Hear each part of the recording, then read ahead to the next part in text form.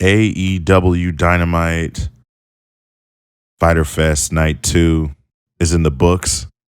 It is Wednesday night. And aside from Dynamite and the review, we've got a shit ton of things to talk about. Well, not a shit ton, but a few things.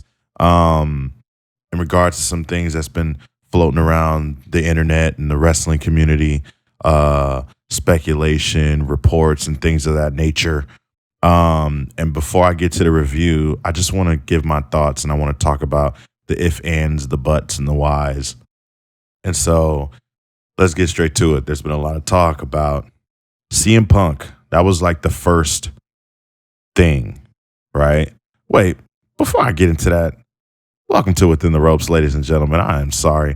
There's been a lot going on. I felt like I just needed to get to it, but let me greet y'all. Let me meet y'all and greet y'all first. Welcome to Within the Ropes podcast.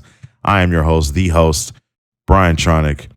And yes, this is the AEW Dynamite Fyter Fest Night 2 review. But like I said, we're going to get into some things, talk about some things that were reported earlier today. And that's got everybody buzzing and everybody talking. The first thing was a report from Fightful Select, and they reported and said that they learned last week that CM Punk has been in talks to make a return to pro wrestling as an in-ring performer, with sources indicating that AEW is the most likely landing spot. They have no confirmation of a contract officially being signed or a timetable or a set date or any creative plans, only that Punk and a company official have had ongoing conversations about an in-ring return. They said that they have not officially confirmed this report with CM Punk himself or AEW officials, but they have been told in recent days that higher-ups in WWE believe that Punk is headed to AEW. Now that's a big deal. That's a big fucking deal. If higher-ups in WWE believe that Punk is going to AEW, I don't know, man. I don't know what to say about that one. It's a little weird. I didn't read the full thing. I just kind of read the important stuff about it. I'm not going to sit here and read it word for word. If you want to know exactly what it says, then you can go find it. But here's my thoughts on the CM Punk thing. I don't think he's too old. I don't think he's too washed up. I do think that he would definitely be not necessarily a game changer, but he would definitely be. Look, I think wrestling right now is in a popularity contest. This is my opinion. I feel like wrestling is in a popularity war, right? I feel like AEW is the most popular, right? The most popular company in the wrestling business, AEW, because they got a lot of people that people like. They work with other companies, and I don't know, the obvious, they don't do rematches. I mean, there's a lot of reasons why they're popular, but I'm pretty sure we can all agree that AEW is the most popular wrestling promotion out there right now. Along with, New Japan, they got their stands. Their people call New Japan their favorite, the best promotion, and Impact, they got their fan. Everybody's got their fans, right? But WWE is sort of in a shit hole right now where everything is trending down. Nothing's really going up. It's highly criticized, and I understand why. They are the biggest wrestling promotion in the world, the biggest. And what I mean by that, they might not be the most popular, but they are the biggest. They are the big dogs. They are they're everything. They were the main card. Now it seems as though you got all these other promotions and everywhere else, all these other places where you can go. WWE just ain't really the main attraction anymore, right? But look, aside from all that, I just stay on track and get back to CM Punk. Look, CM Punk, I feel like if anybody goes, I mean, look, I watched Dynamite tonight and, I watched Chavo Guerrero get announced and people cheer and people be happy, people on Twitter talking about it, Chavo Guerrero. And I'm not saying that there's nothing to cheer about Chavo, right? There's a lot to cheer about. I mean, he's Chavo.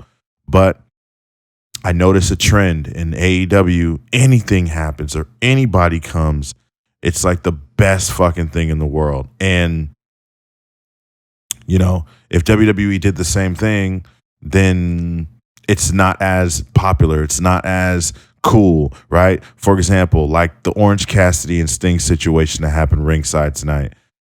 If that happened in WWE, I think people would call it corny. I think people would hate it. They would say that they're making a clown out of Sting. I don't know. That's just that. Again, this is just how I feel. I feel like there's one side, cool kids, and then another side, the not so cool kids, right? And so the more that people go over to the cool kid side, the less cool the non-cool kid side look, if that makes any sense. So, CM Punk, if and when, if in fact the report is true that he's on his way to AEW, or at least in talks with AEW officials and they believe that he's going to be with AEW, then good for him. It'll just be another thing that makes AEW cool and WWE not cool. Same with Daniel Bryan. There was a report that went out today about Daniel Bryan, in fact, being already signed with AEW. And, I don't know how true it is. Again, I don't know the source. I don't know any sources. I don't know anything like that. So, me personally, my opinion on it, if Daniel Bryan does join AEW, again, another move that just makes the cooler kids more cool and the non-cool kids less cool. It makes me, this is how it makes me feel. It makes me feel like when wrestling fans complain about WWE staying in their lane and bringing back guys like Goldberg and things like that, it works for them. It works for them. Goldberg still gets a huge pop. I'm sure that analytically or however they look at it, and from a numbers standpoint, he still does numbers. So I just feel like if WWE's doing their thing and they're okay with that, and AEW's obviously doing their thing and they're the more popular, then you shouldn't be mad if WWE is doing their thing. You shouldn't be mad if, they're bringing back Goldberg or if they're doing this X, Y, and Z, because guess what? They're doing what they're doing because they know it works for them. And AEW, and in this sense, have to do certain things in order to keep the excitement going. They have to bring in new people. Just look at it for what it is. They have to bring in new people. They have to bring that they've built this thing about them where it's like, expect something exciting, expect something new. Again, it'll eventually run out. There will eventually be times where, it did for WCW. Let's be honest. And I'm not saying that this is going to be another WCW, WWE thing. I'm not saying that it's going to be like that. But the way that I look at it is, I don't know, man. AEW is entertaining. It is fun to watch, but a lot of the shit that they do, if WWE did it the same exact way that AEW did it, they wouldn't be as popular as AEW is. It just wouldn't happen. I mean, I've sat and watched WWE programming and I've seen certain people go at it and have really great matches, and no one gives a shit. No one watches it. No one cares because it's on Main Event or because it's on 205 Live. But they'll go watch an hour or two of Dark Elevation or whatever. It just, and I get it. The circumstances are different, I guess. I don't know. I just don't believe that, I care about Dark or Elevation more because they're treated better, or because that's just it's popularity. I don't know, man. That's just my opinion.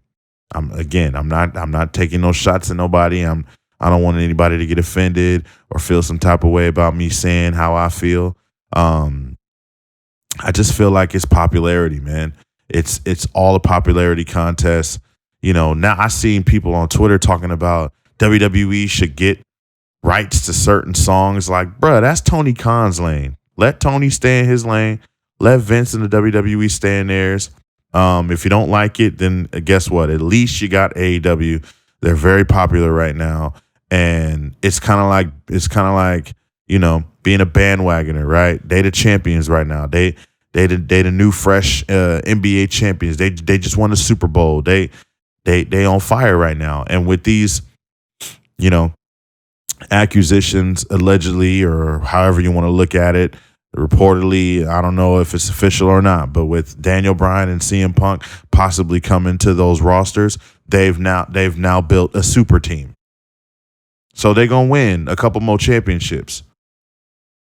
I mean, that's probably the best analogy I can make as far as all of this making sense. And again, I know I'm not at all like saying that, oh, WWE shouldn't be. Of course, they're not popular because they're doing shitty shit right now.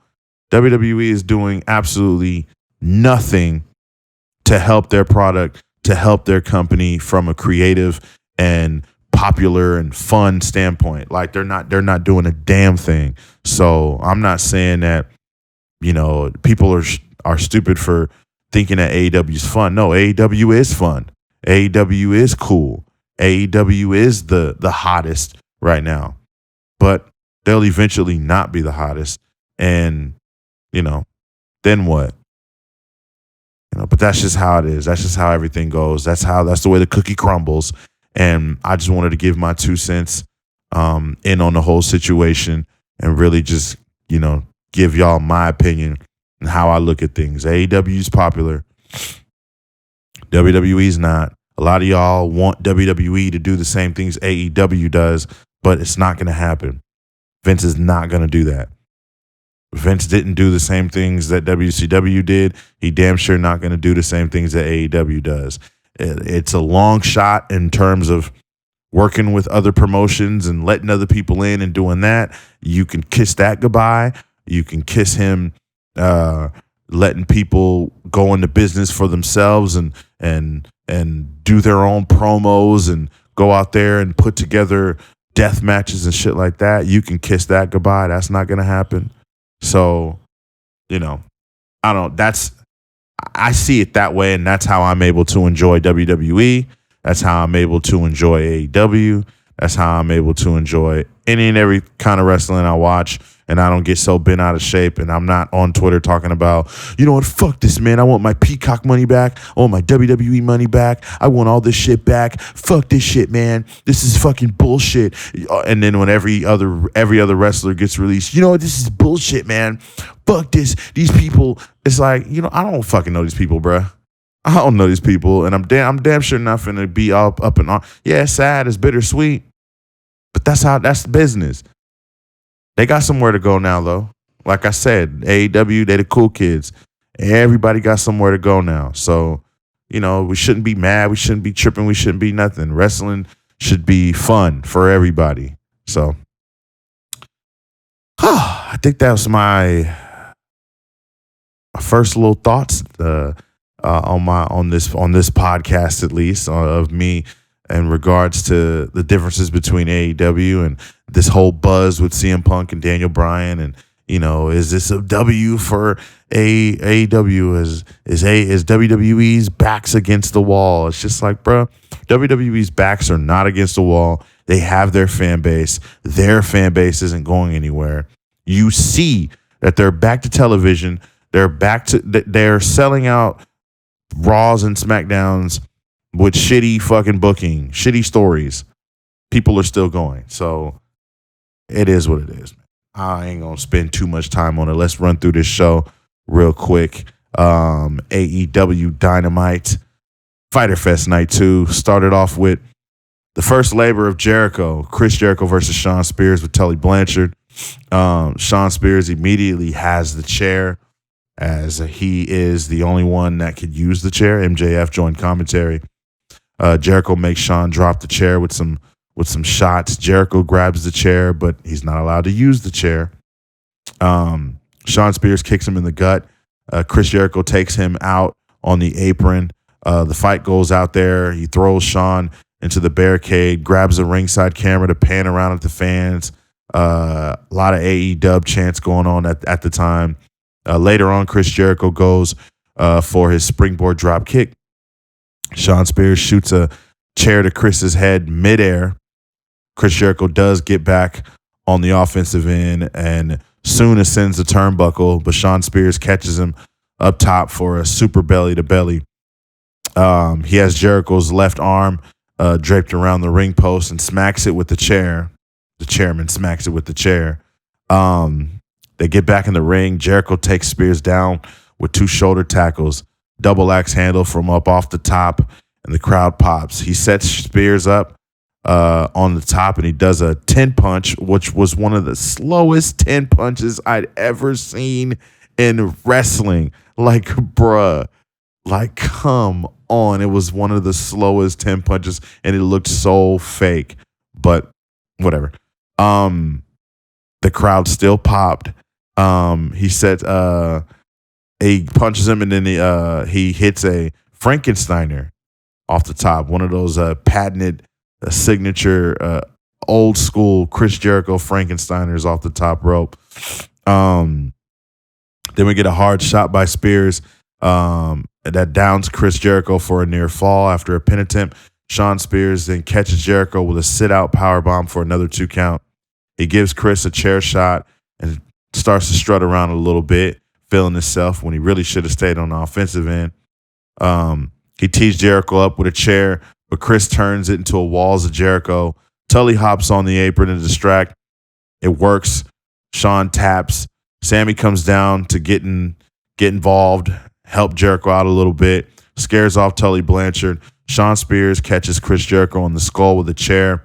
He hits a C4 finish, 1, 2, and you think it's over, but it's not.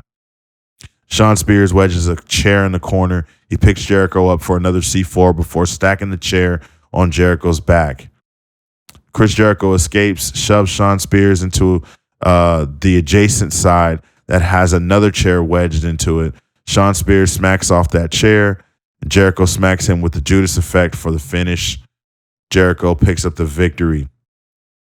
At that point, MJF is frustrated, irritated, irate, if you will. And he says, Chris Jericho, if Chris Jericho has anyone else interfere, the deal is off. And next week, MJF has the second labor of Chris in a no DQ match, and out comes Nick Gage. And that is right. Nick Gage is going to be going one-on-one with Chris Jericho on national television in a no DQ match. How fucking crazy is that? I saw that, and again, I was just like, oh, another example of why AEW is the cool kids table. They're the cool kids. You know, they're doing cool shit. They're doing shit that people, oh, hell yeah. Fuck yeah, Nick Gage. You know, so just another reason. Miro says there will be no champion after him in another promo / vignette type deal. The next match we get is Doc Gallows against the Elite Hunter, Frankie Kazarian. The bell rings and Kazarian immediately lays it in. Hard chops to Doc and comes leaping off with a shotgun drop kick. Big Boot downs him though. Doc decks him in the corner with some jabs before slamming him hard into the opposite side. He gets sent to the outside and then allows Carl Anderson to come in with a lariat. They go to break. They come back from break. Kazarian is locked in a headlock, but he strikes back. Doc Gallows misses twice, and Kazarian collides with him. Big belly to back by Kazarian before hitting his patented leg drop for a 2 count. Crowd starts chanting, Frankie, Frankie, Frankie. Kazarian goes for the crossface chicken wing, but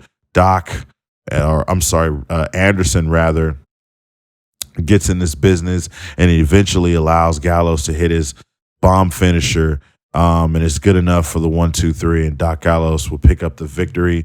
The post-match, more post-match shenanigans. normal elite shit. All right. The Good Brothers hit a magic killer on Kazarian as Kenny Omega and Don Callis would make their way to the ring. Callis wants all these cowboys in Texas to watch what happens when you mess with the elite, as he says. Kenny Omega tells Kazarian to welcome to his humble abode.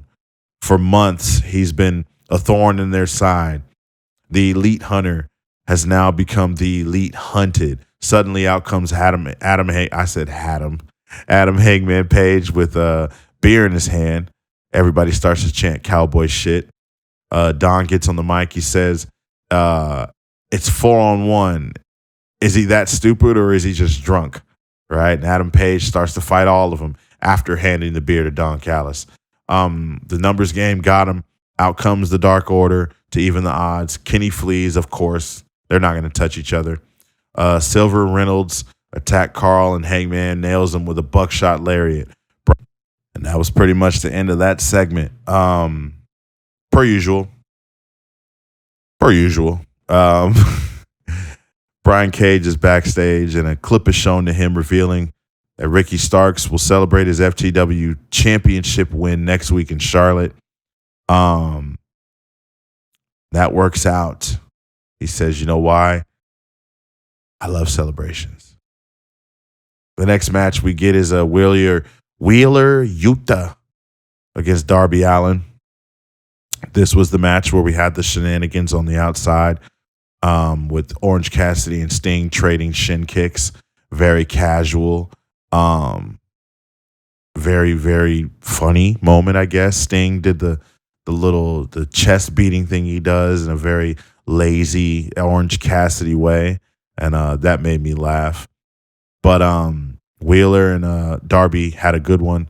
Wheeler got a near fall. Darby Allin does connect with the coffin drop off the top, and that would eventually get Darby Allin the victory. So that was cool. Post-match, the Blade comes down and attacks Orange Cassidy. And Sting, obviously getting in there, getting some action in. Yeah, man, I don't know, man. I don't know how long they're going to keep Sting paired with Darby. I'm fine with it. It's not like I want Sting to wrestle on his own or do shit on his own. Obviously, I know that he probably can't do that. I wonder if we'll ever get a Sting Cody Rhodes match. I wonder if we'll ever get that before Sting decides to call it a day. I don't know. It's interesting to think about that. A video package is on promoting the main event between Jon Moxley and Lance Archer. They said that the winner of that match is going to be going up against Hikuleo, who was in the audience, shown with the Bullet Club shirt on, representing the Bullet Club. So, yeah, the winner of that is going to defend. That would mean the IWGP United States Championship would be defended twice, or 3 times, rather. 3 times in a row. That's pretty cool. The next matchup is for the AEW Women's World Championship. Nyla Rose going up against Britt Baker. This match was meh a little bit. Started to heat up towards the end, though. Collar and elbow to start the match. Nyla knocks Britt down. Britt Baker focuses on Nyla's left arm while the Native Beast is grounded. The Native Beast. Britt Baker rolls her up for a near fall. Britt Baker hammers Nyla Rose with some shots, but a gorilla press levels her and then sentons on top of her. She slams the back of Britt Baker's head into the mat. Nyla goes for her guillotine knee finish, but Rebel pulls Britt to safety. Nyla still connects with a shot in some fashion, and we go to picture-in-picture at that point. And when they come back from picture-in-picture commercial, Nyla nails a massive Uranagi before bending Britt's back over her knee. Nyla promotes Cannonball in the corner, but Britt moves out of the way. She soon slides Nyla into a backslide for a near fall. A DDT to Nyla, kick out at 2 after a pin attempt. Britt gets the glove from Rebel. Nyla gets up and goes for a choke slam. Britt rolls her up for a 2 count. Britt Baker once more goes for her lockjaw, but Nyla turns into a Death Valley driver. She then nails Britt Baker with her guillotine knee for another near fall. The crowd starts chanting D.M.D. Britt Baker super over. I'm sure we all know that. Britt Baker, Hangman Adam Page, the usuals. Britt Baker hit a swinging neck breaker. 2 kicks to the jaw of Nyla. And after a 2 count, Nyla choke slams Britt Baker for a 2 count of her own. Britt Baker hits a crucifix bomb for a near fall and another crucifix for another 2 count. Britt Baker nails a curb stomp. She hits a second curb stomp for a 2 count. Nyla nails Britt Baker with a forearm shiver. Rebel distracts the referee as Britt gets tossed the bell, or the belt rather. She tries the Eddie trick, but Nyla turns the tables and hits the beast bomb. Britt kicks out. She manages to get Nyla in the lockjaw. Nyla tries to fight it off, but she taps out. And still, your AEW Women's World Champion, Britt Baker. I liked the Eddie spot. It was cool. I think I saw Vicky Guerrero getting a little emotional too. Yeah, it was kind of crazy. Britt Baker tried to do it, and Nyla switched it up on her. So that was cool to see. That was cool. They showed highlights from a press conference earlier in the day, promoting the match that's taking place next week at Fight for the Fallen. Santana and Ortiz versus FTR. FTR says they respect Santana and Ortiz as wrestlers, but not as men. Santana reveals pictures and documents belonging to his mother. Dax says that all he cares about is God, pro wrestling, and family, and they're going to take Santana and Ortiz out. We get back in the ring. Tony Schiavone introduces, holy shit, Andrade El Idolo to Fort Worth. Andrade comes out with his associate. Andrade tells the crowd, tranquilo. All right. He has a surprise for everyone. The associate speaks with Tony, and Tony introduces Andrade's new executive consultant, Chavo Guerrero. Crowd starts chanting Chavo, of course. And again, this is another cool thing, right? Like, because everyone loves Chavo, man. If you love Eddie, you love Chavo. Hell, even if you don't love Eddie, you love Chavo. Chavo was a great guy. Cool, great wrestler. Family is just as royal and prestige as any other wrestling family. And so it was cool. I'm sorry, I said Fort Worth. They were in Dallas. Excuse me. Yeah, so he comes out. He starts to talk to the crowd. He says, "You do remember me, right?" He said he hears that AEW is the place to be. What a great time to be a wrestling fan. And he says, with all due respect to those talented men and women in the back, he doesn't see anyone as talented as Andrade. And then out comes the Death Triangle with Alex Abrahantes. I hope I said that right. I can never say that right. Pac says last week he heard their names in Andrade's mouth. He says, let it be known that Death Triangle hides from no one. Andrade thanks them for coming. He said they may be good, but Andrade is great. He speaks to them in Spanish. He says, I am an elite superstar. Chavo explains it to Pac. He says that they're all talented, but when he looks at their waist, it's not shiny enough. But they want to change it. Andrade has a question. He asks Phoenix and Pentagon why he worked for Pac. Like, why? Now you work for Andrade El Idolo, and Pac's not sure what fucking planet they're on, but that triangle is a team. Ray Phoenix backs that up with Pac, and he says that they're the real face of the Latinos. Pentagon gets on and speaks in Spanish, and Alex tells him that Penta says, why would they join a group with Andrade when he's not even on their level? Andrade taunts them, and then they all come down to the ring, getting each other's faces as the Death Triangle stay on the apron, and then that's when officials came in and everybody just try and keep them separated. I felt like this segment went on maybe a little too long. I felt like it was kind of floating, like there was no structure to it as to what was going to be said and how it was going to be said all the way. I appreciate the attempt, the fact that they were trying. It's the thought that counts. Nonetheless, it was still cool to see all of them out there. You can see this from a mile away. Either, the Penta and Phoenix are going to turn on Pac and join Andrade, or Pac's going to turn on Phoenix and Pentagon, and he's going to join Andrade. Either way. We learned that next week, Christian and Jurassic Express want to end the Hardy family office for good in a multi-man tag action. So we'll be seeing Christian and Jurassic Express against Private Party and Matt Hardy or whoever. I'm not too sure who's in that match. QT Marshall wants an apology next week from Cody. And next week in Charlotte, he says he'll get one. So you got QT Marshall feuding with Cody. You got Malachi Black feuding with Cody. They were also announced to be finally having a match. I was about to say putting their differences aside, but no, that's far from that. They're going to be having a match on August 4th at AEW's Homecoming when they go back to Daly's place. I don't know why they wouldn't just wait until All Out to do that match. It's literally like 3 days away from that date, but whatever.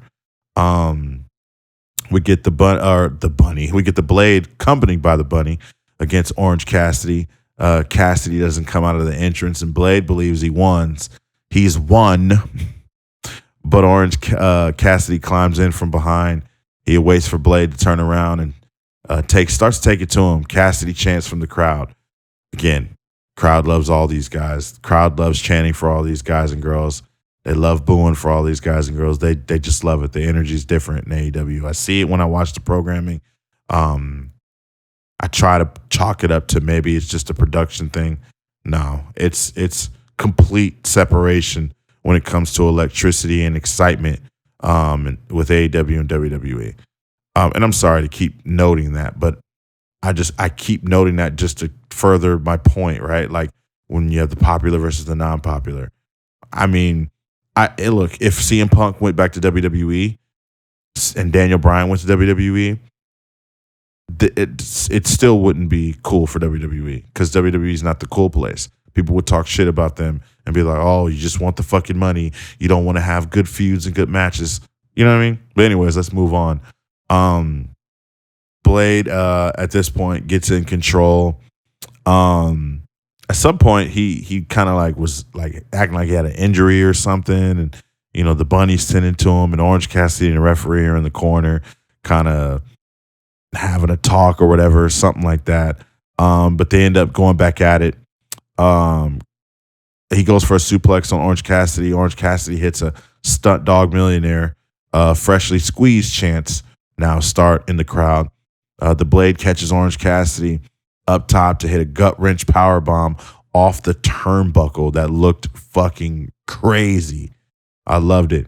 Orange Cassidy then will get back, smashes Blade's head into the turnbuckle from the apron before hitting a high cross body and his spinning DDT for a near fall. The bunny gets on the apron, but Chris Statlander comes out to even the odds. Orange Cassidy goes to dive on the Blade, but he pulls Statlander in front of him. Orange Cassidy makes Blade collide with Bunny.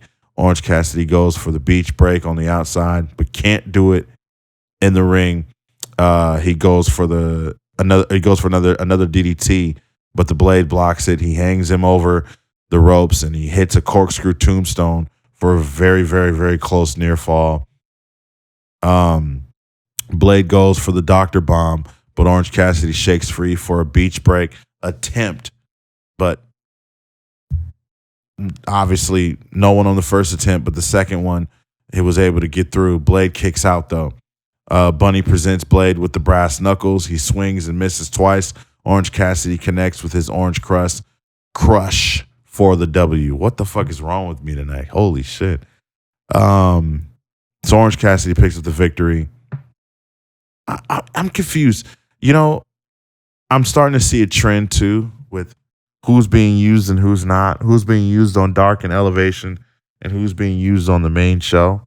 I don't know, man. It's kind of weird. I guess I'll save that for a different show. I'll continue to finish up this review. After the match, Orange Cassidy puts on the brass knuckles and nails Blade with another orange punch.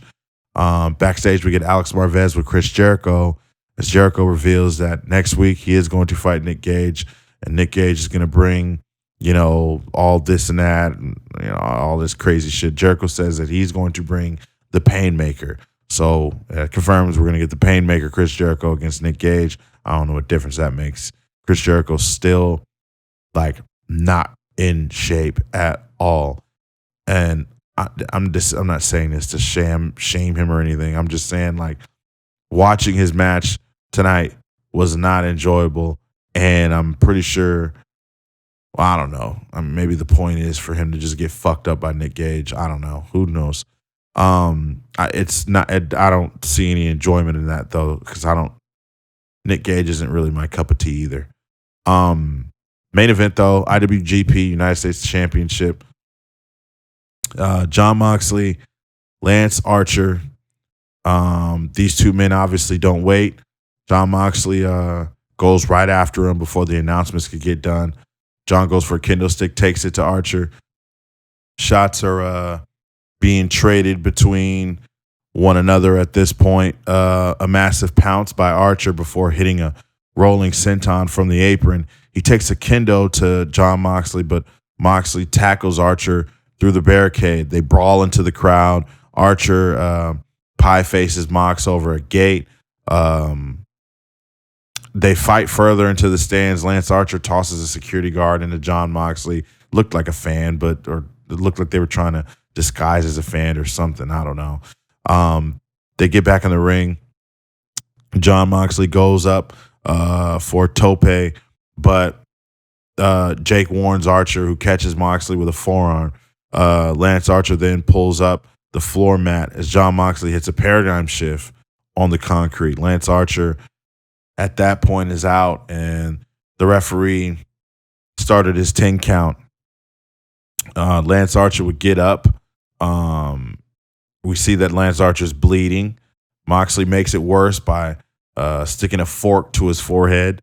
Moxley leaps off the top by stomping on a chair wedge over Lance Archer's leg. Rick Knox counts Archer down. He answers and slugs a trash can lid into the mush of Mox. Everyone chanting, "This is awesome."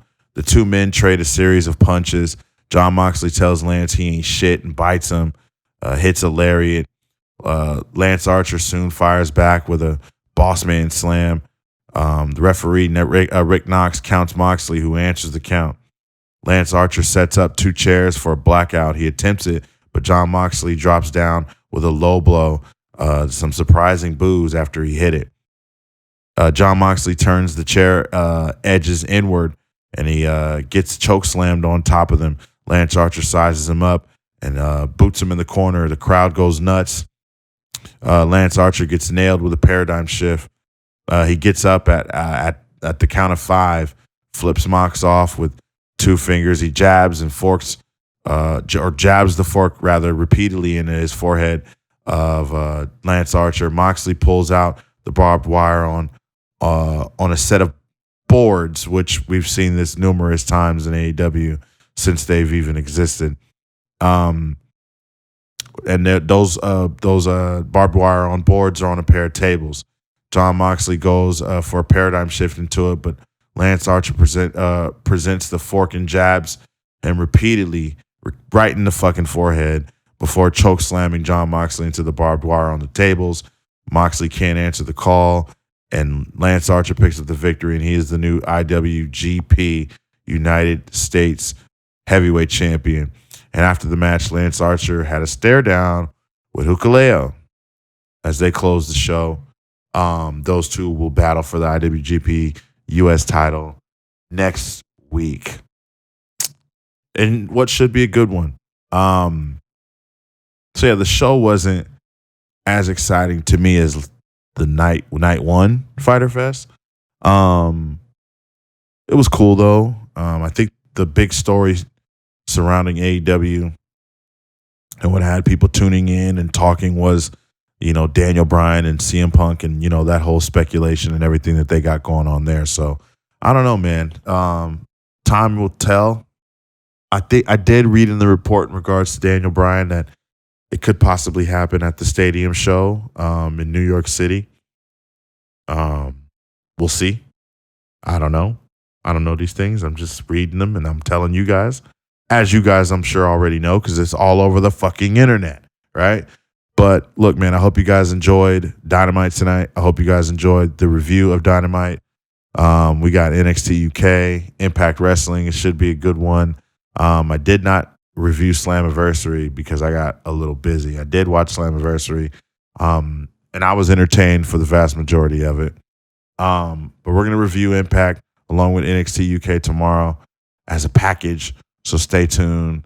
And then Friday Night SmackDown, we'll do it all over again. So yeah, make sure you guys follow Within the Ropes on Twitter and Instagram. WithinTheRopesPodcast.com. Subscribe to the YouTube. All the episodes are up there on YouTube as well. Got content, original, new content coming soon. Got some shit in the works, and I'm gonna be putting it together so we can start getting some video and some content up on that thing. But yeah, man, that's it, man. I think I exhausted myself out by talking about CM Punk and Daniel Bryan. I'm gonna call it a night, and I will be back tomorrow with another fucking review. Thank you, wrestling fans. Have a good night.